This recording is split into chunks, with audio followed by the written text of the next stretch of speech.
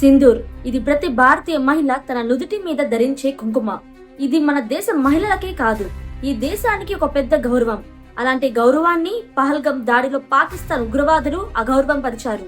నీ భర్తను నీ కళ్ళ ముందు చంపుతున్నాం, నీ పిల్లలను అలాగే నిన్ను వదిలిపెడుతున్నాం. వెళ్ళు, నీ మోడీతో చెప్పు, అలాగే నీ దేశ ప్రజలతో కూడా చెప్పు, హిందువులను చంపుతామని అని పహల్గాంలో ప్రగల్భాలు పలికారు ఆ ఉగ్రవాదులు. పహల్గం పార్క్ లో ఉన్న హిందూ మగవాళ్లను నిర్దాక్షిణంగా పాయింట్ బ్లాక్ లో గన్ పెట్టి కాల్చి చంపేశారు. హిందూ మహిళ సింధూరాన్ని చెరిపేశారు. అందుకే మన దేశం ఇప్పుడు ఆపరేషన్ సింధూర్ పేరుతో ప్రతీకారం తీర్చుకుంటుంది. మహిళలకు జరిగిన అన్యాయానికి వ్యతిరేకంగా ఇప్పుడు భారత సర్కార్ సింధు పేరుతో సర్జికల్ ఆపరేషన్ జరిపి పాకిస్తాన్ లో 9 ఉగ్ర స్థావరాలపై ఎయిర్ స్ట్రైక్ చేసింది. ఆ స్థావరాలను పూర్తిగా నాశనం చేసింది. ఖచ్చితమైన సమాచారాన్ని అందుకున్న తర్వాతే ఉగ్ర కార్యకలాపాలు చేస్తున్నారన్న 9 టెర్రరిస్టులు స్థావరాలను గుర్తించి వాటిపై వైమానిక దాడులు జరిపినట్లు మన భారత ఆర్మీ ప్రకటించింది. మన దేశ మహిళను అగౌరవపరిచిన వారిని ఎవ్వరిని విడిచిపెట్టమని చెప్పింది మోడీ సర్కార్. ఆ మాటలకి కట్టుబడి ఉంది. ఆపరేషన్ సింధూర్ పేరుతో పాక్ ఉగ్ర స్థావరాలపై దాడులు జరిపి భారతీయ మహిళ గౌరవాన్ని నిలబెట్టారు. ఇది ప్రతీకారమా, లేక పగ తీర్చుకోవడమా, లేక అన్యాయానికి న్యాయం తీర్చడమా? ప్రశ్న ఏదైనా సమాధానం ఒకటే. మన దేశ మహిళను ఎవరైనా అగౌరవపరచాలని చూస్తే వాళ్ళు ఎవరైనా సరే ఇలాగే జరుగుతుందని పాక్ లో ఉన్న 9 ఉగ్ర స్థావరాలపై దాడి జరిపి ఈ ప్రపంచానికి తెలియజేసింది భారతదేశం. ఆపరేషన్ సింధూర్ నిజంగా ఈ పేరు వింటేనే ఇప్పుడు మన భారతీయులందరికీ గూస్ బంప్స్ వస్తున్నాయి. పహల్గం దాడి తరువాత ఈ దేశ జనమంతా కోపంతో రగిలిపోతున్నారు. ఈ దేశంలో ఉన్న హిందూ, ముస్లిం, క్రిస్టియన్ కూడా ఈ దాడిని ఖండిస్తున్నారు. పాకిస్తాన్ కు తగిన బుద్ధి చెప్పాలంటూ నినాదాలు చేస్తున్నారు. నిజంగా ఇప్పుడు అదే జరిగింది. మన దేశం మన మహిళలకు జరిగిన గౌరవానికి ప్రతీకారం తీర్చుకుంటుంది. మంగళవారం అర్ధరాత్రి 1:44 ఉన్నట్టుండి సడన్ గా పాకిస్తాన్ ఉలిక్కి పడింది. మన మెరుపు దాడికి భారత ఆర్మీతో పాటు ఎయిర్ ఫోర్స్, నేవీ బలగాలు ఈ దాడిలో పాల్గొన్నాయి.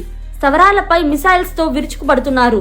పాకక్రమిత కాశ్మీర్ తో పాటు పాకిస్తాన్ లో ఉన్న ఉగ్ర స్థావరాలు అలాగే ఉగ్రవాదులకు ఆయుధాలు అందించి స్థావరాలు భారత్ పై దాడులకు కుట్ర పన్నినట్లు తెలిసిన మొత్తం 9 స్థావరాలపై దాడులు చేశారు. ఈ దాడుల్లో ఎటువంటి అపశృతులు జరగలేదని, ముందే పాక్ ఆర్మీ స్థావరాలపై దాడులు జరపకూడదని నిర్ణయించుకోవడంతో ఉగ్ర స్థావరాలని టార్గెట్ చేసుకుని దాడులు జరిపినట్లు మన ఆర్మీ చెప్పింది. ఈ దాడితో మన ఇండియన్ ఆర్మీ పహల్గం దాడితో ప్రతీకారం తీర్చుకుంది. ఈ దాడిలో నష్టపోయిన వారికి న్యాయం చేసింది. ముఖ్యంగా మన భారతీయ మహిళలకు ఈ సింధూర్ ఆపరేషన్ తో జరిగిపోయిన గౌరవాన్ని మళ్లీ తిరిగి తీసుకునొచ్చింది. ఆ రోజు మన దేశ మహిళలు సింధూరాన్ని పాక్ ఉగ్రవాదులు చెరిపేశారు కాబట్టే మన ఇండియన్ ఆర్మీ ఈ ఆపరేషన్ కు ఆపరేషన్ సింధూర్ అని పేరు పెట్టింది. ఆపరేషన్ సింధూర్ పాక్ ఆక్రమిత కాశ్మీర్ లోని కొట్లీ, ముజఫరాబాద్, పంజాబ్ లోని బహవల్పూర్ తో పాటు లోహర్ లోని ఒక ప్రాంతం అలాగే జైషే మహమ్మద్ హెడ్ క్వార్టర్స్ మర్కాజా పై విమాన దాడులు జరిపింది.